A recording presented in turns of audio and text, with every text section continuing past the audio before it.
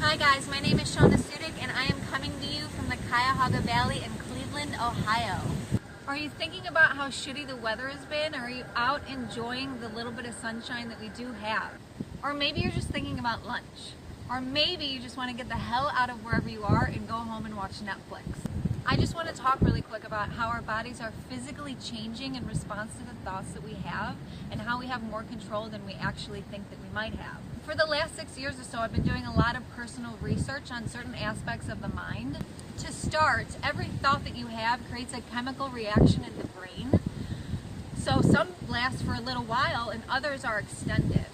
They did a research study and they showed people pictures of their love, and the reward center went off in their brain and gave them feelings of happiness. But once the pictures were gone, the reward centers went back to sleep. These short changes of happiness in our brain happen a lot in our life. So if we eat something delicious, we get a release of happiness. If we look at somebody beautiful, we get a release of happiness. But they're not long lasting.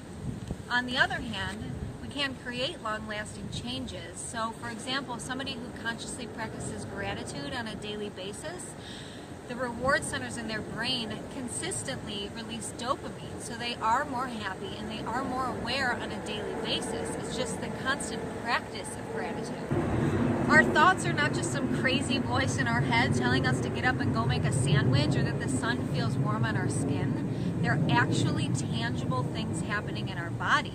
They consist of chemicals and electricity. So if we hopped into our little magic school bus and flew into our brain, they would be as real as 1,000,000 lightning bolts striking. To talk more science, each cell in our body has 1,000 different receptors, each receptor being specific to one protein.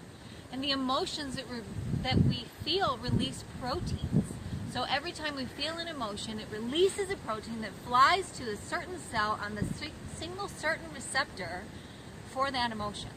What piques my interest is what happens after the cell divides. So when the cell does divide, it actually has more receptors on whichever protein attaches to it the most.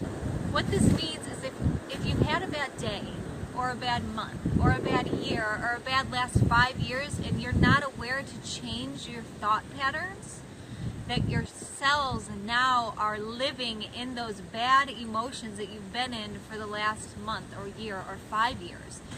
Now, 5 years later, you're programming your cells for negativity. You're programming them for anxiety, for depression, maybe for happiness, maybe for positivity.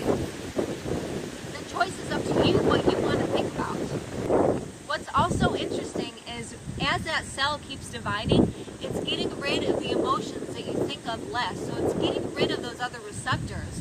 What this means for you is that if you're thinking things like, I'm not good enough, or I'm too fat, or I'm not as pretty as her, or he's funnier than I am, you're actually designing your cells to accept that negativity, those negative thoughts, which ultimately pulls yourself towards that self-fulfilling prophecy of you're not good enough, or of you're not funny enough, or of you're not worthy.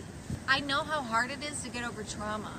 That's why I started this research so long ago, and I know enough now to understand why when people are depressed, they just get tossed in this rabbit hole and it goes deeper and deeper and deeper and they can't seem to get out of it. Or when people are happy, that just good things just happen to them all the time. I do have some good news.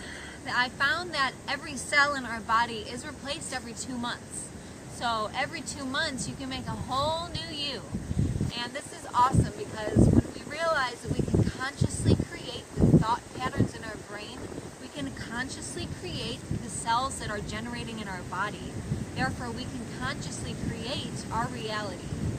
And I know that gratitude is something nobody wants to hear. People hear it all the time, give gratitude, and it helps. It sounds cliche, but it works. So I know a lot of people hear this stuff and they are thinking, how can I be happy in this terrible life that I'm in? Or how can I show gratitude towards this person that's doing me wrong? There's a couple of just simple steps, and one I covered in the last video about controlling the things that come into your life, because as we now know, this can affect our cells physically. And the second step would just be to show gratitude for little things throughout the day. The simple way to do this is find out where the problem is in your life and change your thoughts about the problem. It's as simple as that, and I know that it works because I've done it. So if this sounds like a bunch of bullshit to you, I invite you to just try it for 1 week. Just be aware of the thoughts that are running through your head and try to change them when they're negative. And in a week, if you don't notice a difference, then do whatever the hell you want to, but just give it a shot. Please feel free to leave some comments. I would love to know how your experiences are and if there's any way that I can